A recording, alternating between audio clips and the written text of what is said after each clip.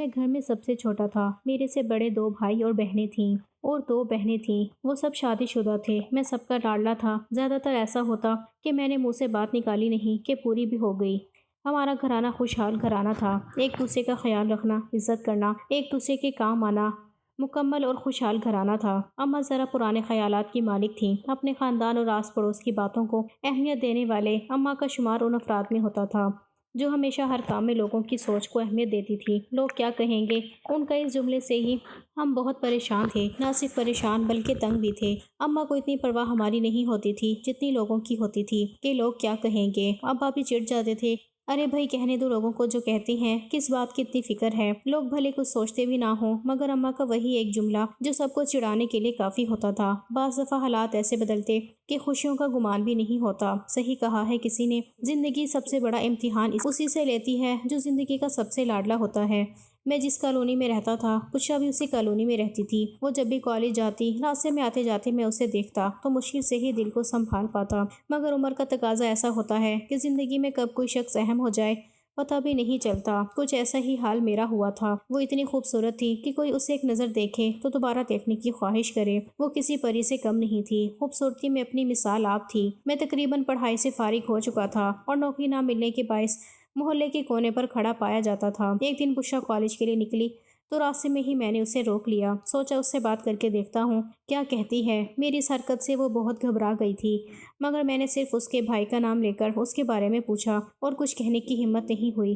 اس کی گھبراہٹ دیکھ کر الٹا مجھے شرمندگی ہونے لگی۔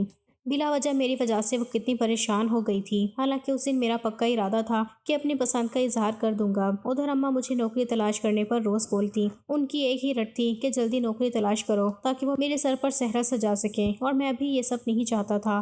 سب دوست کہتے تھے کہ شادی ایک بہت بڑی ذمہ داری ہے، بڑا خوار ہونا پڑتا ہے۔ مجھے بھی اندازہ تھا کہ انسان کتنا مصروف اور بعض اوقات بہت مجبور ہو جاتا ہے، اس لیے بھی کہ اپنے گھر میں 2 بھائی شادی شدہ تھے۔ خیر یہ تو سنت ہے اور سب کو کرنا ہوتی ہے، مگر میں بھی شادی نہیں کرنا چاہتا تھا۔ کچھ یہ بھی خیال تھا کہ بشرا بھی اپنی پڑھائی سے فارغ ہو جائے تو اماں کو اپنی پسند بتا کر اس کا ہاتھ مانگ لوں گا۔ ابھی اماں کو کچھ کہنے کی جرات نہیں تھی۔ میں روز فائل اٹھاتا اور مختلف اداروں اور کمپنیوں میں قسمت آزمانے چلا جاتا۔ ان جگہوں پر میرے جیسے اور بھی بے شمار لوگ مستقبل کے خوبصورت خواب سجائے وہاں بیٹھے ہوتے تھے۔ اتنے سارے لوگوں میں سے کسی ایک کی قسمت جاگتی اور وہ فاتحہ پڑھ کر خوشی خوشی واپس چلا جاتا، اور باقی سب منہ لٹکائے اپنی فائل بغل میں دبائے کسی اور جگہ قسمت آزمانے نکل جاتے۔ یہ تو روز کا معمول بن چکا تھا۔ اپنی فائل لیے کئی گھنٹوں کسی کمپنی میں کھڑے ہونا، اپنی باری کا انتظار کرنا اور پھر کسی اور کے انتخاب پر اپنی فائل اٹھا کر واپس منہ لٹکائے گھر آ جانا اور قسمت کو کوسنا، یہ صرف میرے ساتھ ہی نہیں ہوتا تھا بلکہ وہاں بے شمار لوگ ایسے تھے جو اپنی قسمت آزمانے آتے تھے اور اسی طرح واپس چلے جاتے تھے۔ بس جس کو نوکری ملتی رہی وہی خوش و خرم وہاں سے نکلتا تھا۔ میں بھی اپنی بشرا کو آتے جاتے دیکھتا اور ٹھنڈی آہیں بھرتا کہ کب مجھے نوکری ملے اور کب میں اماں کو اپنے رشتے کے لیے بشرا کے گھر بھیجوں۔ میرے گھر سے 2 گھر چھوڑ کر بشرا کے گھر کے قریب میرا ایک محلے کا دوست رہتا تھا۔ زیادہ دوستی نہیں تھی، بس محلے داری کی وجہ سے اور کبھی کبھی کرکٹ ٹیم میں ہونے کی وجہ سے اچھی سلام دعا تھی۔ اچھی شکل و صورت کا مالک تھا۔ اس کے بال گھنگریالے تھے اور وہ بھی آج کل نوکری کی تلاش میں تھا۔ اس کی پڑھائی بھی مکمل ہو چکی تھی۔ میں نے اکثر نوٹ کیا کہ وہ بشرا کو اسی نظر سے دیکھتا ہے جس نظر سے میں اس کو دیکھا کرتا تھا۔ ہو سکتا ہے میرا وہم ہو یا پھر ویسے بھی سب لڑکوں کی عادت ہوتی ہے۔ میں اکثر یہی سوچتا کہ لڑکے تو آتے جاتے تقریباً ہر لڑکی کو تاڑتے ہیں، یقیناً یہ بھی ایسے ہی دیکھتا ہوگا۔ مگر ایک دن میں نے محسوس کیا کہ جب بشرا وہاں سے گزرتی اور وہ لڑکا اسے دیکھتا تو بشرا بھی اسے مسکرا کر دیکھتی۔ 1-2 بار میں نے تو ایسے ہی نوٹس لیا، پھر اس کے بعد میں نے خاص توجہ سے دیکھنا شروع کیا تو واقعی دونوں کی آنکھیں چار ہوتے ہی دونوں مسکراہٹوں کو ایک دوسرے کی طرف اچھالتے۔ میرے لیے یہ بات بہت تکلیف دہ تھی، لیکن میں بے بس تھا، کچھ نہیں کر سکتا تھا کیونکہ میرا کوئی تعلق نہیں تھا، کوئی رشتہ نہیں تھا۔ بس گھر آ کر سوچ سوچ کر سڑتا رہتا اور پلاننگ کرتا کہ کس طرح بشرا کو اپنی کیفیت کے بارے میں بتاؤں اور اس لڑکے سے پیچھا چھوٹے۔ مجھے کوئی طریقہ سمجھ میں نہیں آتا تھا، ایک تو نوکری کا مسئلہ اور دوسری طرف میری محبت جو مجھے دور جاتی ہوئی دکھائی دے رہی تھی۔ میری پریشانی بڑھتی جا رہی تھی، کیا کروں، مجھے کیا کرنا چاہیے۔ میں اپنے دن رات کی ان سوچوں سے پریشان رہنے لگا اور اب گھر والوں کو بھی میری صورتحال سے کچھ پریشانی ہونے لگی کہ آخر بات کیا ہے۔ وہ مجھ سے اکثر پوچھتے کہ کیوں تم اتنا پریشان رہتے ہو، اصل بات بتاؤ، اور میں ٹال دیتا،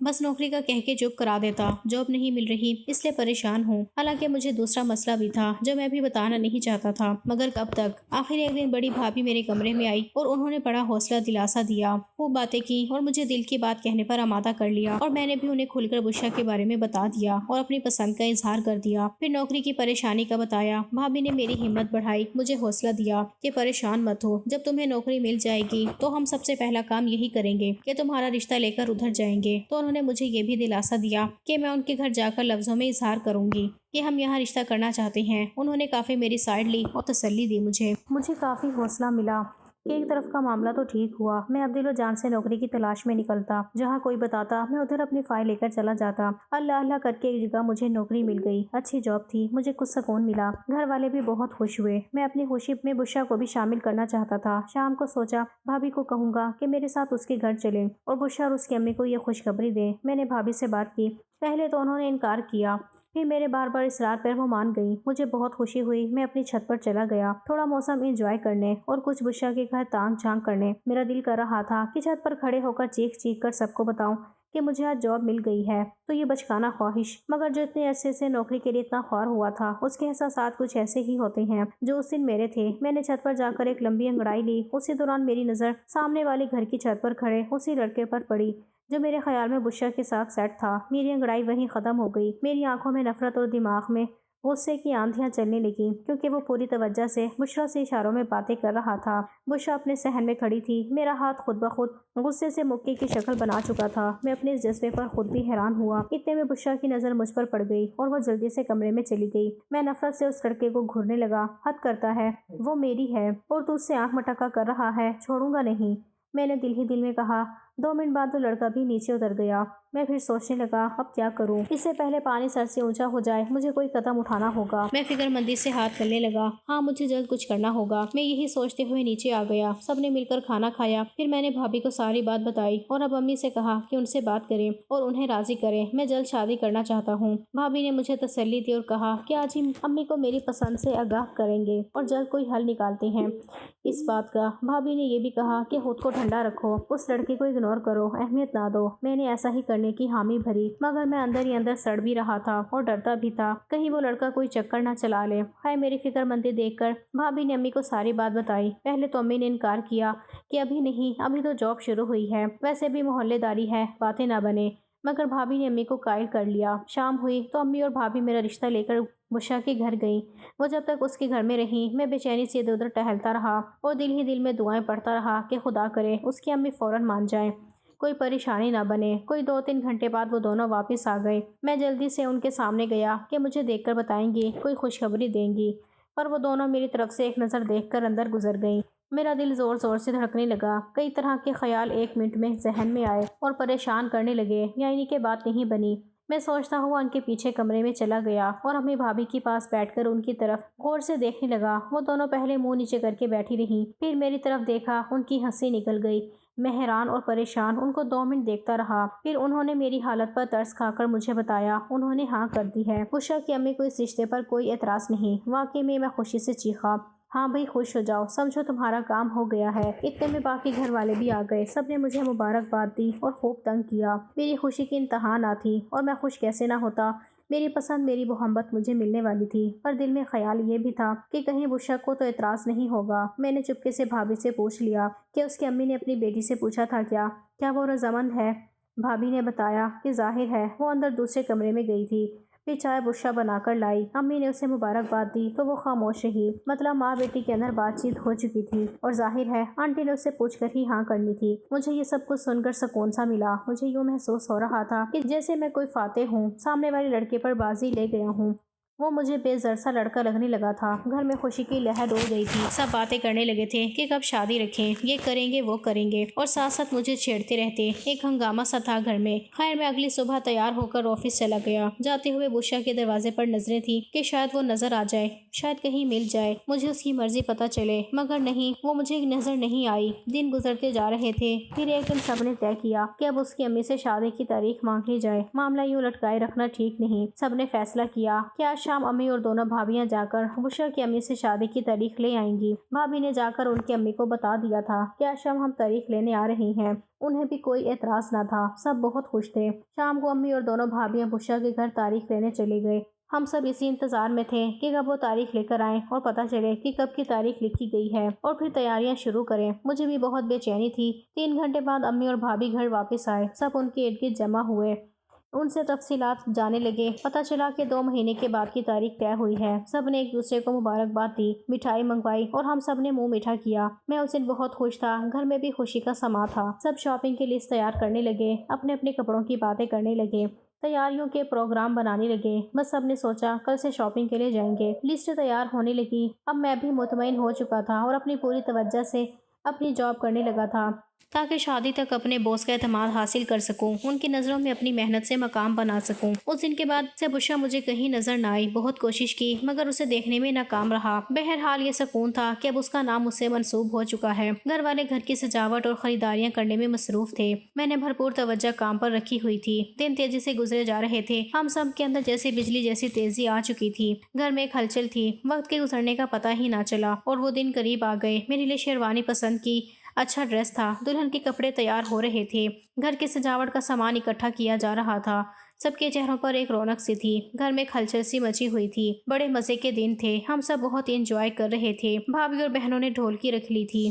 دوپہر سارے شاپنگ کرتے اور رات کو کاموں سے فارغ ہو کر ڈھولک لے کر بیٹھ جاتے۔ مجھے بیچ میں بٹھا کر خوب گانے گائے جاتے، میں بھی ان گانوں میں شامل ہو جاتا۔ بھابھی چھیڑ چھاڑ بھی کرتی، شرارتیں ساتھ ساتھ تھیں، ہنسی مذاق چلتا رہتا۔ سب خوشیوں میں مگن تھے۔ مہندی والے دن میرے ہاتھوں پر مہندی لگائی گئی، گانے اور مہندی خوب رونق میلہ لگا ہوا تھا۔ رات کے 12 بج چکے تھے مگر کوئی تھکنے کا نام نہیں لے رہا تھا۔ ایک کے بعد ایک گانا یوں جیسے ٹیپ چل رہی ہو۔ امی بار بار کھانا کھانے کی آوازیں لگاتی مگر کسی کو بھی کھانے کی ہوش نہ تھی، سب اپنے کام میں مگن تھے۔ دوسرے کزن اور ان کے بچے بھی خوب انجوائے کر رہے تھے۔ گھر کا کوئی کونا خالی نہ تھا جہاں کوئی نہ ہو۔ صبح میں نے دلہا بننا تھا، وہ بھی اپنی پسند کی لڑکی کا۔ یہ سوچ ہی بڑی تسکین آمیز تھی۔ ساری تیاریاں مکمل تھیں۔ آدھی رات کے بعد پتہ نہیں کون سا پہر تھا جب سب امی کی ڈانٹ کھانے کے بعد لیٹے تاکہ صبح کے فنکشن کی تیاری کے لیے پھر سے تازہ دم ہو سکیں۔ دوپہر کا فنکشن تھا، سب تیاریاں مکمل تھیں۔ قاضی صاحب کو بھی وقت بتا دیا گیا، ٹینٹ لگ چکے تھے۔ 11 بج گئے، پتہ ہی نہ چلا۔ مٹھائی کے ٹوکرے بھی آ چکے تھے۔ استقبال کی تیاریاں بھی مکمل تھیں۔ میں نے باہر نکل کر بشرا کے گھر جھانکنا چاہا، مجھے لگا وہاں مکمل خاموشی ہے۔ وہ کیوں بھلا؟ ان کے گھر تو کسی نے پھر پوچھا نہیں۔ ہاں 4 دن پہلے جا کر کپڑے دیے، سب ٹھیک تھا، خوش تھے ان کے گھر والے بھی۔ میں نے بھابھی سے کہا پتہ کریں سب تیاری ہے، بارات ان کی طرف کتنی دیر میں آئے، کیا وہ تیار ہیں؟ بھابھی نے کہا ابھی دیکھتی ہوں میں شیروانی پہن کر تیار ہو چکا تھا۔ بھابھی چادر اوڑھ کر معلومات لینے بشرا کے گھر چلی گئیں۔ گھر والے، کزن، خالہ، پھپھو، چچا جان سب جانے کے لیے تیار ہو چکے تھے۔ ایک جوش و خروش تھا، سب مل کے کاموں میں حصہ لے رہے تھے۔ بس قاضی صاحب کا انتظار تھا کہ انہیں لے کر لڑکی والوں کے گھر جانا تھا جہاں انہوں نے انتظام کر رکھا تھا۔ میری بھابھی بشرا کے گھر سے واپس آ گئی۔ میں نے دیکھا ان کے چہرے پر عجیب سی پریشانی تھی۔ جس خوشی سے وہ گئی تھی واپس آ کر ان کی خوشی غائب تھی۔ عجیب سی فکر مندی کے آثار نمایاں تھے۔ امی ان کے کندھے پکڑ کر پوچھ رہی تھی کیا ہوا، تمہارا چہرہ کیوں اترا ہوا ہے؟ میں بھی قریب پہنچ چکا تھا۔ کیا ہوا بھابھی، سب خیر ہے؟ بھابھی بس خاموشی سے میری طرف دیکھ رہی تھی۔ امی نے پھر جھنجھوڑ کر ان سے اس خاموشی کی وجہ پوچھی۔ وہ ایسا سے بولی امی جان، جب میں لڑکی والوں کے گھر گئی تو بشرا کی امی رو رہی تھی، ان کی بہن بھائی پاس تھے، سب بہت پریشان تھے۔ میں نے حیرت سے ان کی طرف دیکھا۔ پہلے تو میں سمجھی بیٹی کی جدائی میں ایسا ہے۔ جب میں نے حوصلہ دلاسا دیا تو انہوں نے میرے آگے ہاتھ جوڑ دیے۔ میں بہت حیران ہوئی، آنٹی یہ آپ کیا کر رہی ہیں؟ خدا را کچھ بتائیں ہوا کیا ہے؟ تب وہ کانپتی آواز میں بولی کہ بشرا اس شادی سے خوش نہیں تھی۔ حالانکہ میں نے پوچھا تھا، وہ خاموش رہی، صرف اتنا کہا ابھی نہ کریں، مگر اس کے ابا نے سمجھایا تھا کہ ابھی نہیں تو جب بھی کرنی ہے کرنی تو ہے، لوگ اچھے ہیں اور دیکھے بھالے ہیں۔ تب وہ خاموش ہو گئی تھی۔ ہم سمجھے راضی ہو جائے گی، رات نہ جانے کب وہ گھر سے چلی گئی، ہمارے منہ پہ کالک مل گئی، آپ لوگ مجھے معاف کر دیں۔ یہ کہہ کر وہ بے ہوش ہو گئی۔ ان کی بہن نے پانی کے چھینٹے مارے تو ہوش آیا اور امی جان ان کی حالت ناقابل بیاں ہے۔ یہ سننا تھا کہ میری امی صوفے پر ہی گر گئیں، میرے پاؤں کے نیچے سے تو زمین پہلے ہی نکل چکی تھی۔ بھابھی کی کہانی سن کر اوپر سے امی کی حالت دیکھ کر میں اور پریشان ہو گیا۔ یا میرے مولا یہ سب کیا ہے اور میرے ساتھ ہی کیوں ہو رہا ہے؟ میں اندر ہی اندر رو رہا تھا۔ سب نے امی کو اٹھا کر بستر پر لٹایا، پانی پلایا۔ جس گھر میں تھوڑی دیر پہلے خوشیاں ناچ رہی تھیں وہاں اب غم کے سائے منڈلانے لگے۔ بے چینی اور بے قراری سب کے چہرے پر نمایاں تھی۔ میں اپنے کمرے میں سر پکڑ کر بیٹھ گیا۔ میرا دل چاہ رہا تھا زور زور سے چیخیں مار کر اپنے دل کا غبار نکال دوں۔ اس نے میرے ساتھ ایسا کیوں کیا؟ پہلے ہی انکار کر دیتی، یوں رسوا تو نہ کرتی۔ اب کیا ہوگا؟ باراتی آ چکے تھے، کسی نے بتایا کہ قاضی صاحب بھی آ چکے ہیں۔ اب تو میرے اپنے ہوش اڑ چکے تھے۔ اب کیا کرنا؟ کزن آتے تو حوصلہ دے کر چلے جاتے۔ شاید گھنٹہ اسی طرح گزر گیا۔ کچھ دیر کے بعد امی کمرے میں آئیں اور میں انہیں دیکھ کر کھڑا ہو گیا۔ وہ صدیوں کی بیمار لگ رہی تھیں۔ میں نے بڑی مشکل سے اپنے آنسو ضبط کیے۔ امی نے مجھے سینے سے لگایا۔ میں چھوٹے بچے کی طرح امی کے سینے سے لگ کر خوب رویا۔ بظاہر آنکھیں خوش تھیں، مگر دل دھاڑے مار مار کر رو رہا تھا۔ میرے دل کا خون ہوا تھا۔ امی نے بستر پر بیٹھ کر مجھے اپنے پاس بٹھایا اور اللہ کے کاموں کی حکمت بتائی، حوصلہ دیا اور اس مسئلے کا جو حل بتایا وہ سن کر میرا سر گھوم گیا۔ میری آنکھوں کے سامنے اندھیرا چھانے لگا۔ امی نے کہا، کیونکہ سب مہمان آ چکے ہیں اور قاضی صاحب بھی، اب تماشا بننے سے بہتر ہے تم میری بھتیجی سے نکاح کر لو۔ سب کے منہ بند کرنے کا واحد راستہ یہی ہے۔ اب کچھ نہیں ہو سکے گا۔ یا تو لوگوں کے سامنے اپنی ماں کا تماشا بنوا لو یا خاموشی سے اس سے نکاح کے لیے راضی ہو جاؤ۔ اللہ کی حکمت اسی میں ہے۔ مگر امی جان، کیا وہ بہت چھوٹی نہیں؟ اور میں ابھی شادی نہیں کرنا چاہتا۔ مجھے مہلت تو دیں، میں نے التجا بھرے لہجے میں کہا۔ امی نے کہا، مہلت کس بات کی؟ مہلت تمہاری پسند پر ہم سب نے خاموشی سے سر جھکایا۔ تمہارے کہنے پر اس کے گھر رشتہ لے کر گئے، تمہاری پسند پر کوئی اعتراض نہ کیا۔ اب اگر خدا کو نہیں منظور تھا تو بہتری اسی میں ہے کہ تم بھی خاموشی سے میری بات مان لو، جیسے ہم نے مانی تھی۔ ایسی لڑکی جس نے اپنے ماں باپ کی عزت کا خیال نہیں کیا، اس کے بارے میں سوچنا بھی بے وقوفی ہے۔ جو ماں باپ کی نہ ہو سکی وہ کسی اور کی کیا ہوگی؟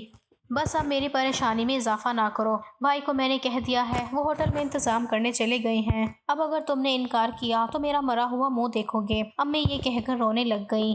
نہیں نہیں امی جان، ایسی باتیں نہ کریں۔ اللہ آپ کو میری عمر بھی لگا دے۔ مجھے آپ کی زندگی سے عزیز تر کوئی چیز نہیں۔ آپ پر میری ہر خوشی قربان ہے۔ میں نے تڑپ کر امی کے قدموں میں بیٹھتے ہوئے کہا، آپ جیسا کہیں گی ویسا ہی ہوگا، اور میں نے سر امی کی گود میں رکھ دیا۔ امی نے اپنا ہاتھ میرے سر پر رکھا اور پیار سے بولی، ایک دھوکے باز لڑکی کے پیچھے خود کو برباد نہ کرو۔ زندگی میں بہت کچھ ہوتا ہے۔ اس نے کسی کی عزت کی پرواہ نہیں کی۔ تم بھی زندگی میں آگے بڑھ جاؤ، سب کچھ بھلا کر۔ جی امی جان۔ میں نے آنسو ضبط کرتے ہوئے امی کی باتوں کی ہاں میں ہاں ملائی۔ ہر گھر کے خاص لوگوں کو پروگرام بتا دیا گیا۔ لوگوں کو کہا گیا کہ اب ہوٹل میں بارات جائے گی۔ کچھ اوپر نیچے کی لگا کر بھابھی بہنوں نے بات سنبھال لی۔ بجھے ہوئے چہروں کے ساتھ اور بھاری قدموں کے ساتھ میں گاڑی تک پہنچا۔ سجی ہوئی گاڑی اب ویران لگ رہی تھی۔ میری شادی ہو گئی، کیسے ہوا، کیا ہوا، مجھے اب کوئی دلچسپی نہیں تھی۔ بس امی جان کو دیا ہوا وعدہ نبھا رہا تھا۔ اپنی سوچوں میں اتنا گم رہا کہ پتہ ہی نہ چلا کب دلہن لے کر میں واپس آ گیا۔ مجھے سب ایک بیانہ خواب لگ رہا تھا۔ بارات گئی بھی اور دلہن بھی آئی،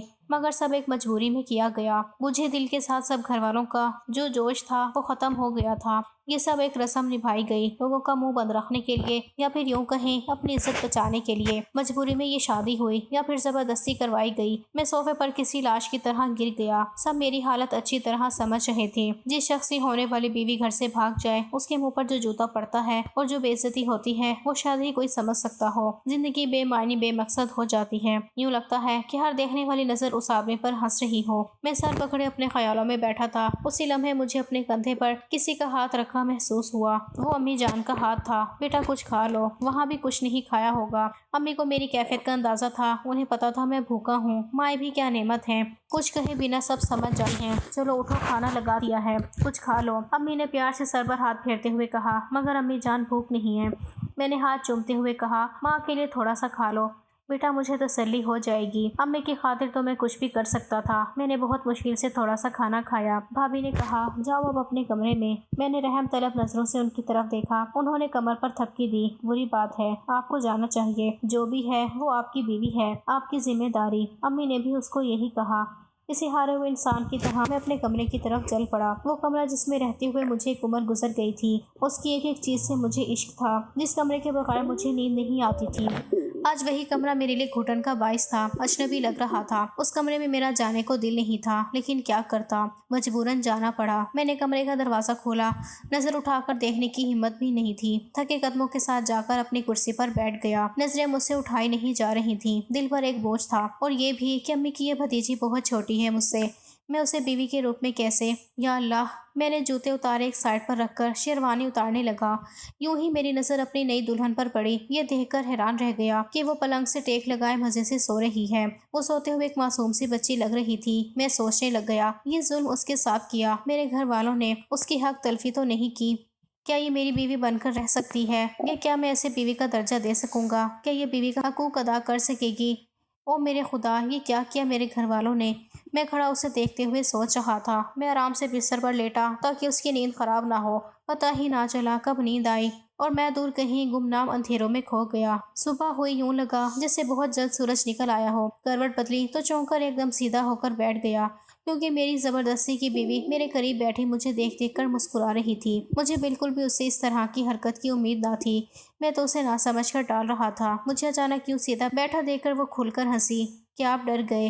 نہیں تو ڈرنا کس بات کا؟ میں نے گلا صاف کرتے ہوئے آرام سے کہا۔ آپ رات کو بہت دیر سے کمرے میں آئے تھے، اس نے میرا ہاتھ اپنے ہاتھوں میں لیتے ہوئے کہا۔ میں اس کی اس حرکت سے ایک دم چونک گیا۔ میری پیشانی پر پسینہ چمکنے لگا۔ میں جس سے چھوٹا اور معصوم سمجھ رہا تھا وہ اتنی بھی معصوم نہیں تھی۔ ہاں، کچھ دیر ہو گئی تھی۔ میں نے ہاتھ چلتے ہوئے کہا۔ تم سو رہی تھی؟ جی، مجھے جلدی نیند آ جاتی ہے، آپ مجھے اٹھا دیتے۔ اس نے مسکرا کر مجھے کہا۔ میں اس کی اس بات سے حیران تھا۔